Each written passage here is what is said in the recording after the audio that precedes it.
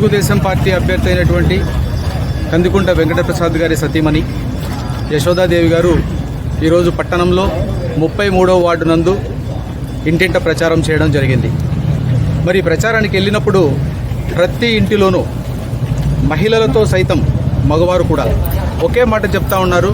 కందికుంట వెంకటప్రసాద్ గారు 20 సంవత్సరాలుగా కూడా ఈ కదిరి నియోజకవర్గ ప్రజలకు ఏ సహాయం వచ్చినా నేనున్నానంటూ సొంత కుటుంబ సభ్యుని వాళ్ళగా ఆయన 20 సంవత్సరాలుగా కొనసాగుతూ వస్తున్నారు.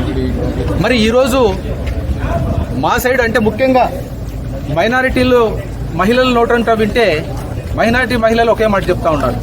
ఈరోజు మా మనిషి అంటూ అటు పక్క ఉన్నాడనే ఉద్దేశం మాకు లేనే లేదు.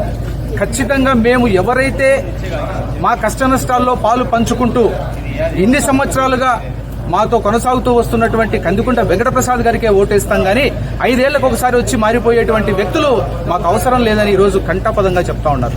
అంటే మాకు ఈ సందర్భంగా ఎందుకు చెప్పాలనిపిస్తా ఉందంటే ఏ ఇంటికి వెళ్ళినా కూడా ఇదే మాట వినిపిస్తా ఉంది.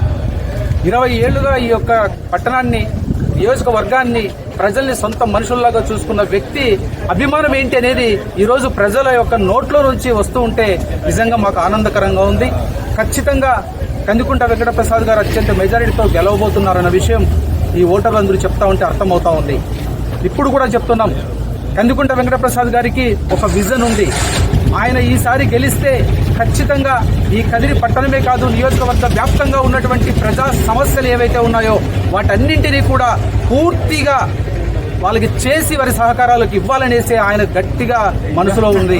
ఎందుకంటే 2 సార్లుగా కూడా ఆ అవకాశం ఆయనకు రాలేదు కాబట్టి ఏం చేయలేకపోయాడు. కానీ ఈసారి మాత్రం ఖచ్చితంగా ప్రతి ఒక్కరి సమస్యను తీర్చేదానికి ఆయన సిద్ధంగా ఉన్నారు. కాబట్టి మళ్ళీ ఒక్కసారి ఈ ప్రజలందరికీ కూడా మేము ఈ మీడియా ముఖంగా విన్నవించుకుంటా ఉన్నాం. ఖచ్చితంగా మీ వెంట కొనసాగే వ్యక్తి ఎవరో, 5 ఏళ్లకు ఒకసారి మారిపోయే వ్యక్తి ఎవరో ఆలోచించి ఓటేయమనేసి మీ అందరినీ అభ్యర్థిస్తూ ఖచ్చితంగా సైకిల్ గుర్తుపై ఓటేసి అటు ఎంపీకి ఒక ఓటు, ఎమ్మెల్యేకి ఒక ఓటు, 2 ఓట్లు కూడా సైకిల్ పైన వేసి మీ కుటుంబంలో అందరితో కూడా వేయించి కందికుంట వెంకటప్రసాద్ గారిని అత్యంత మెజారిటీతో గెలిపించి అసెంబ్లీకి పంపించాలి. అలాగే నారా చంద్రబాబు నాయుడు గారు ముఖ్యమంత్రి చేసి అసెంబ్లీలో పంపించాలనేసి మిమ్మల్ని అందరి సందర్భంగా కోరుకుంటున్నాం. జై హింద్, జై తెలుగుదేశం. జై కందికుంట.